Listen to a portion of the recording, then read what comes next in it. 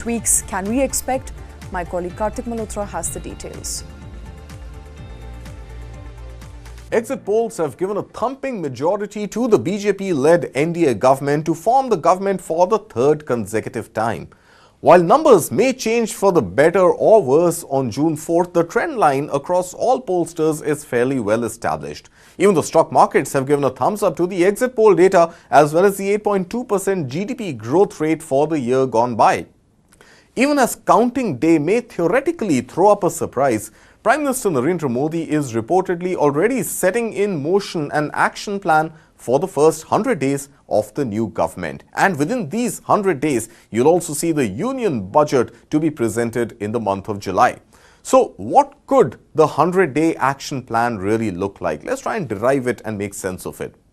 First up, a sustained infrastructure push. In the interim budget presented by Finance Minister Nirmala Sitharaman on 1st of February, the allocation towards government's capex, which includes roads, highways, ports, railways as well as airports together, called the government infrastructure, saw a 10% increase, which now stands at 11.11 lakh crore rupees. Next, there is India's manufacturing push in the era of China Plus One. At present, India contributes just 3% to global exports. This number, if Prime Minister Modi has his way, will likely grow manifold in coming years, and that is likely to become the focus in the first 100 days as India intends to become the factory of the world. Now, early success in the electronic space is visible with the likes of Apple, Samsung and now even Google manufacturing smartphones in India. Apple India's output has grown well above expectations. But at this time, China's swift recovery should not also be ruled out. Now, the production-linked incentives, which have really enabled this whole electronic space, has an allocation of 1.97 lakh crore rupees across 14 sectors. Would the Modi government, in its first 100 days, look at revising these 14 sectors and perhaps adding a little more outlay in addition to the 1.97 lakh crores that exists already? Now, which sectors are these going to be where India wants to build its competitive advantage, and which are those sectors which are likely to be prioritized is something we are likely to see in the first 100 days of the new government. Then there's a sunrise sector, and this comes by way of India's effort to double down in the semiconductor space. There's an allocation of 76,000 crore rupees already, but we've also seen early movers like US-based Micron, which is going to look at testing and assembling semiconductors in India. So there's some success in the semiconductor space when foreign capital is taken into account. India's own Tata Electronics has partnered with Taiwanese power chip semiconductor manufacturer Corporation, and another homegrown Indian company, CG Power, has partnered with Japanese Renesas Electronics Corporation and Thailand's Stars Microelectronics. These have already received the government's approval. Then there is India's renewable energy push, and this has a target of 500 gigawatts of installed capacity by 2030. India also has the ambitious net carbon neutral mission, which it is likely to attain by 2070. And in addition to this, there is a mammoth solar rooftop push for 1 crore houses. These four sectors are likely to be the large thrust areas when you talk about a sustained effort from the Modi government in its first 100 days. And these also serve the multiplier effect. Number one, they are likely to generate more employment, and employment has been a concern if data over the past 1 year or so is to be believed. Then the foreign capital is likely to come in, and India's own private sector is likely to unleash its animal spirits when it comes to large-scale investments in capital. Now, all of this is likely to also add to the already handsome growth numbers which came in at 8.2% for the year gone by.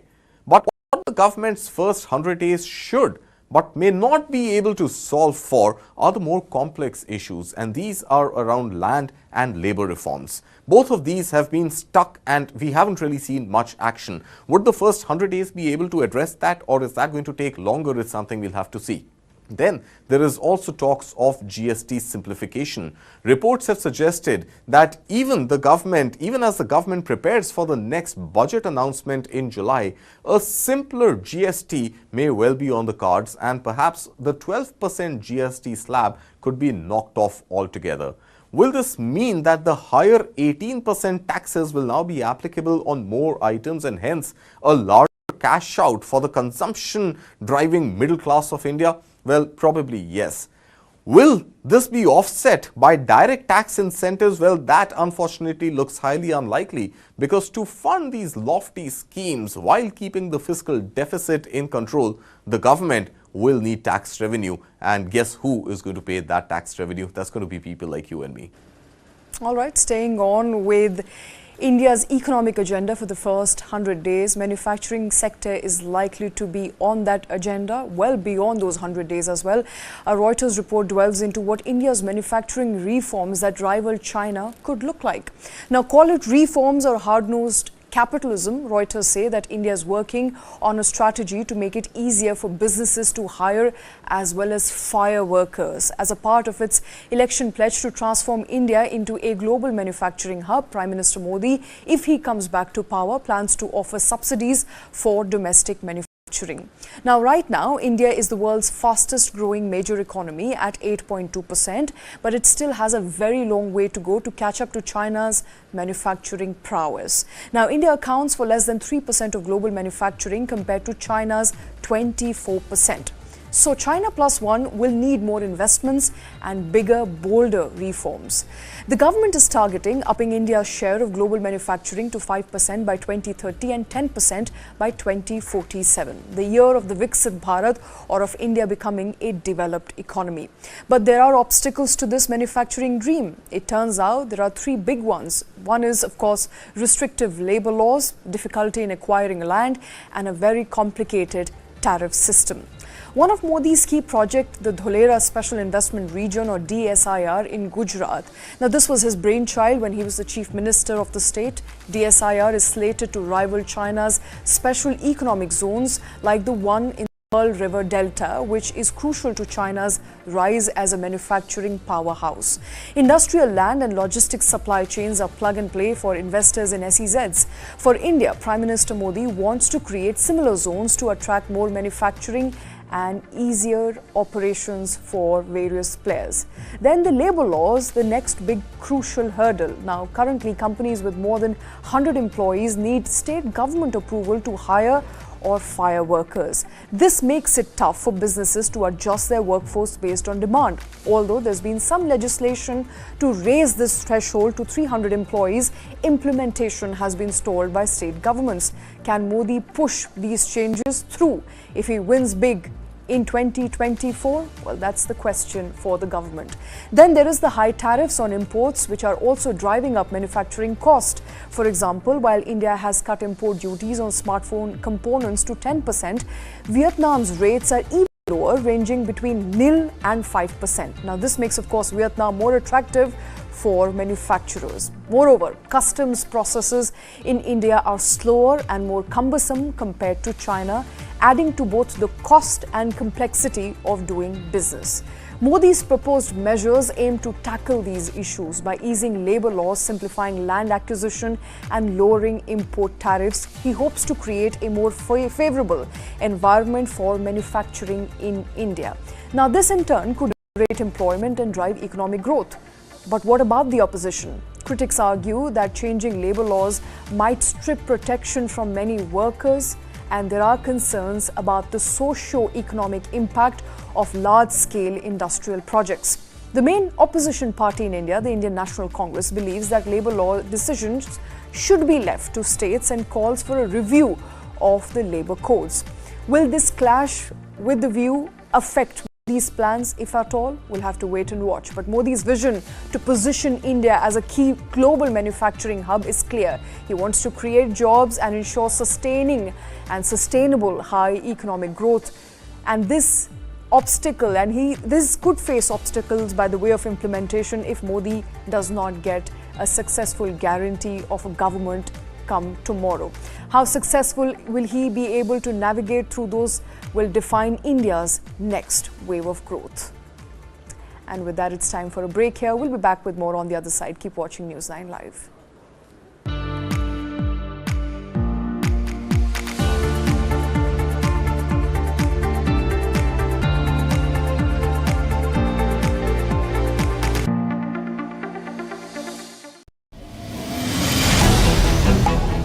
is the state not looking at putting an embargo on that?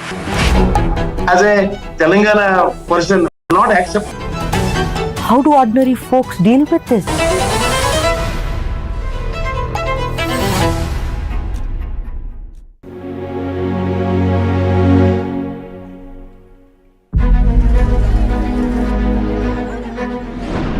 One of southern India's largest cities is facing a water crisis in Bengaluru. Water is constantly not coming. From the past 2 months, we are not having some water also. The citizens deserve water security at the very least. We are going office without bath. The acute water shortage really leading to citizens resorting to use of even private water tankers in multiple areas.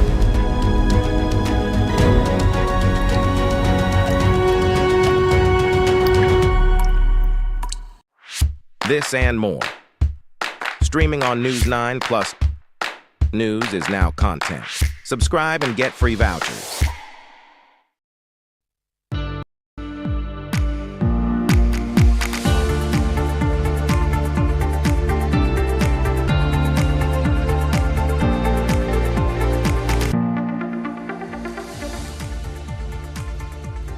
Welcome back. You're with me, Shweta Kothari, on News 9 Live.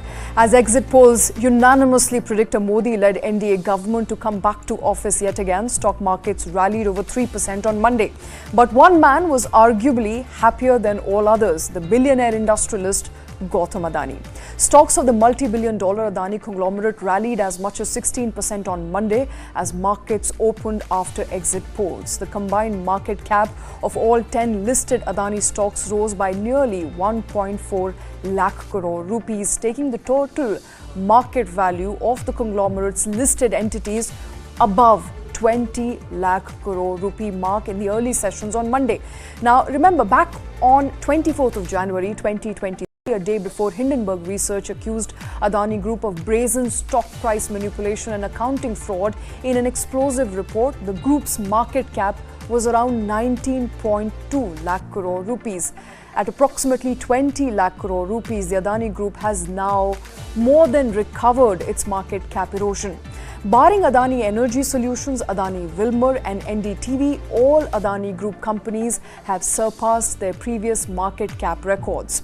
On individual performance today, Adani Enterprises, the flagship company of the Adani Group, rose by about 10%, closing about 7.2% higher. Adani Green Energy closed 7% higher, and Adani Power was the top gainer, surging about 18% in intraday, closing 16% higher. Adani Ports, on the heels of upcoming inclusion in the 50-stock BSE Sensex, rose about 12%, closing about 10.6% higher. Adani Energy Solution, formerly Adani Transmission, closed about 9.2% higher. The rally wasn't completely unexpected. Last week, remember, brokerage firm CLSA identified Adani Ports, Adani Enterprises, ACC and Ambuja Cements in its list of 54 Modi stocks. The list also included corporates perceived to be indirect beneficiary or stocks that would be beneficiary of Prime Minister Modi's policy if he comes back to power. This, along with a bullish view on the conglomerate from US brokerage firm Jefferies last week, resulted in the stock price of all Adani Group firms climbing by as much as 14% in the month of May itself. Now, these developments increased the market cap of 10 Adani Group listed companies by as much as 84,000 crores to 17.5 lakh crore by the last week of May. As a result, Adani's personal wealth also swelled by more than $30 billion in the year 2024, making him the 11th richest man on the planet with a cumulative wealth of 1,101, which is $111 billion, according to Bloomberg Billionaires Index. With all indication of the Modi-led BJP coming to power for a third consecutive term, Adani stocks will likely remain in the spotlight in days to come. And moving on now, the national capital continues to battle an acute water crisis amid persistent heatwave conditions. Residents are now forced to rely on water tankers for their daily water needs. On Friday, the Delhi government moved Supreme Court seeking additional water supply from Haryana, UP and Himachal. And in response, the Supreme Court has directed an urgent meeting of the Upper Yamuna River Board on June 5th and requested a status report on the resolution of Delhi's water scarcity by 6th of June. My colleague Krishna Kumar has the details. India's national capital, New Delhi, is reeling under a double whammy. A severe water crisis compounded by soaring temperatures, leaving residents parched. Chilla Gaon, Chanakyapuri and Geeta Colony are among the worst hit areas in Delhi, with the residents completely reliant on water tankers to supply drinking water. The crisis is real, and so is the political drama behind it, where, as always, the citizens end up paying the ultimate price. Aam Aadmi Party's MLA Atishi put the blame on Haryana for not releasing enough water for the capital. Delhi's Chief Minister Arvind Kejriwal had last week made an appeal to the centre to coax neighbouring Haryana and Uttar Pradesh to release more water for Delhi.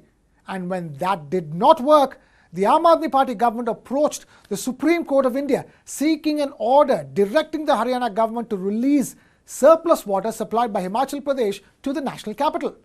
Bear in mind, landlocked Delhi relies heavily on water from the Yamuna River. The Hathni Kund barrage in Haryana releases Yamuna water to Delhi's Wazirabad, from where it is distributed to the whole city. The Supreme Court has called for an urgent meeting of the Upper Yamuna River Board to resolve the issue of water scarcity in Delhi. Additionally, the top court has also demanded a status report on the resolution of the water crisis in Delhi. As the political tug-of-war over water supply continues, what has the Delhi government done so far to tackle the crisis? Well, firstly, a war room in Delhi Jal Board was set up under an IAS officer to monitor the movement of water tankers for areas where taps are running dry.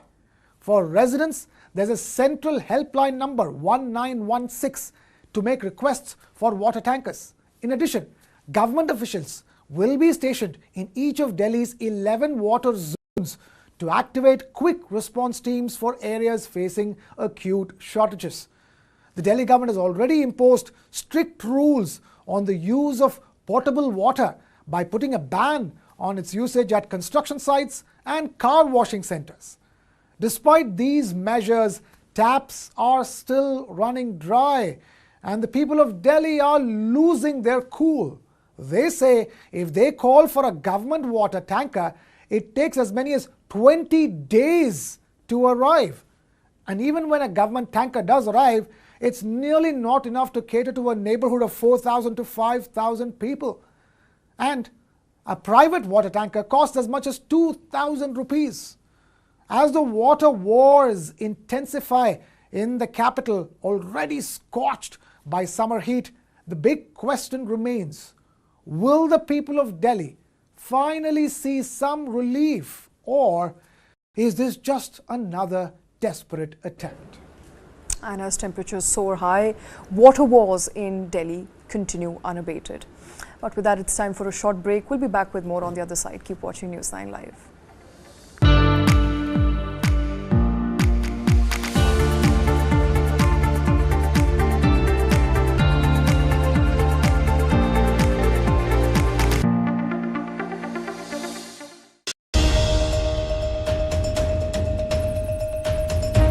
The confidence is certainly back in the market.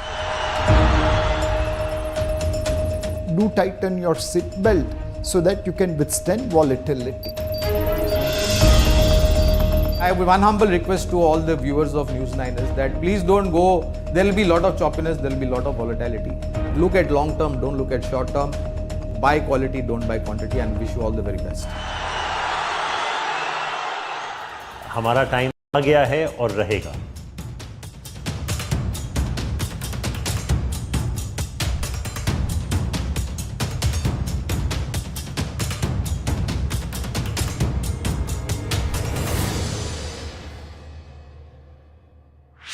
This and more.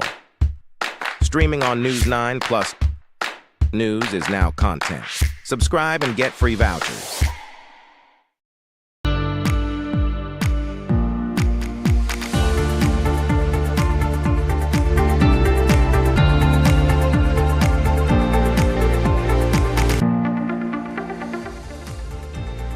Welcome back. You're watching News 9 Live.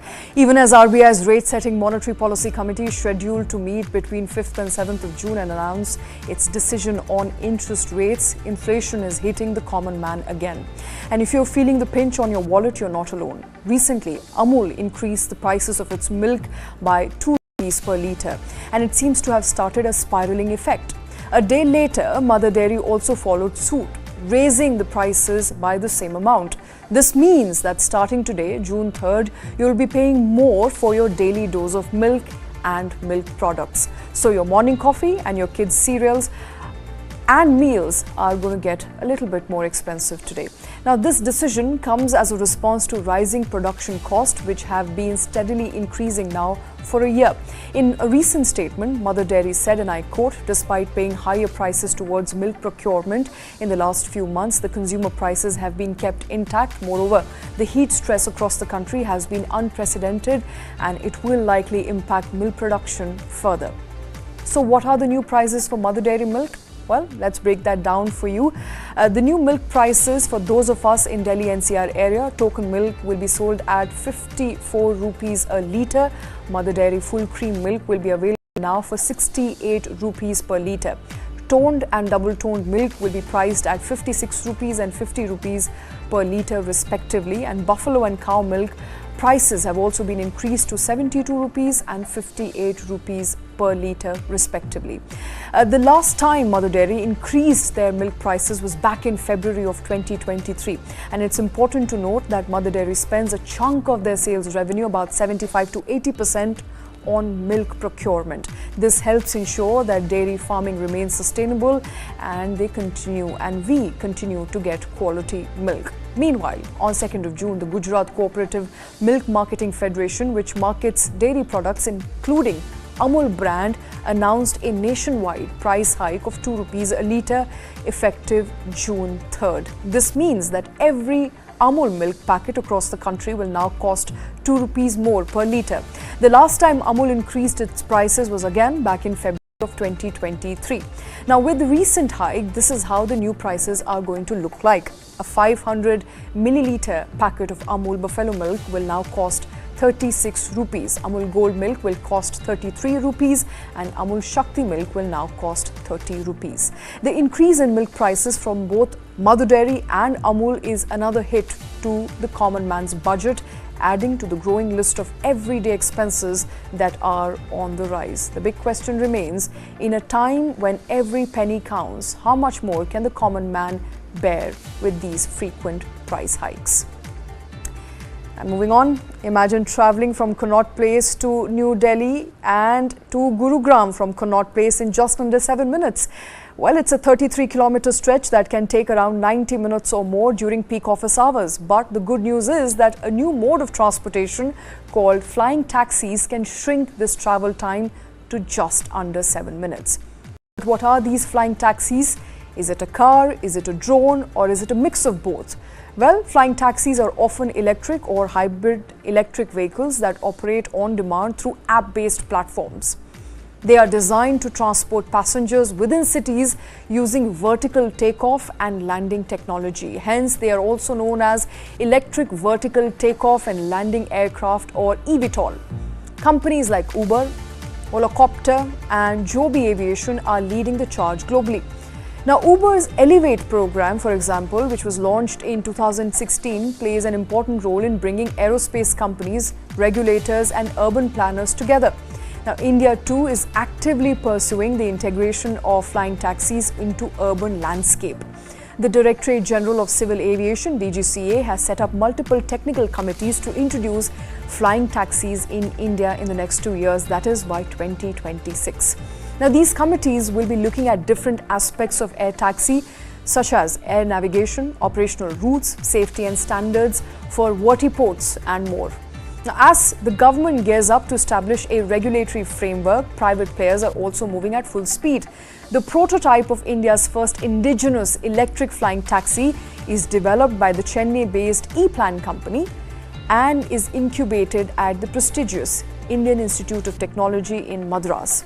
The prototype, named E-Plane E200, is a two-seater aircraft that boasts a travel range of 200 kilometers and top speed of 200 kilometers per hour.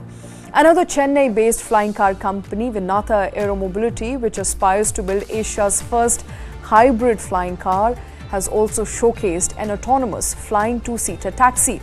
That's not all. Interglobe Enterprises, the parent company of Indigo Airline, is also working with Archer Aviation, a US-based company, to launch and operate an all-electric air taxi service in India from 2026 onward in key cities like Delhi, Mumbai and Bengaluru.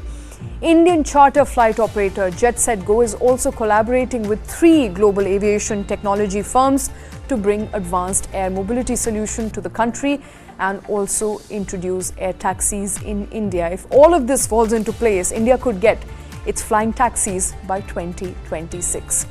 But that's all we have in this show. Thank you for watching.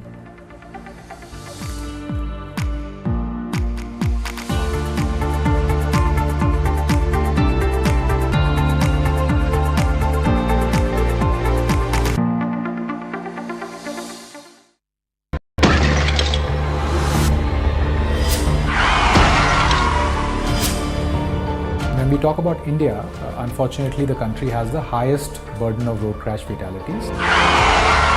तो लगभग 76% लोग pedestrians और two-wheeler वाले हैं जिनकी death हुई है.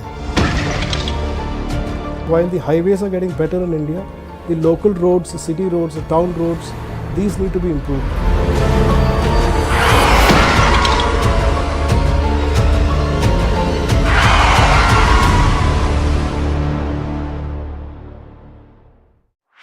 This and more. Streaming on News 9 Plus. News is now content. Subscribe and get free vouchers. For the very first time in our investigation, we unmasked the killer of Ravindra Matre.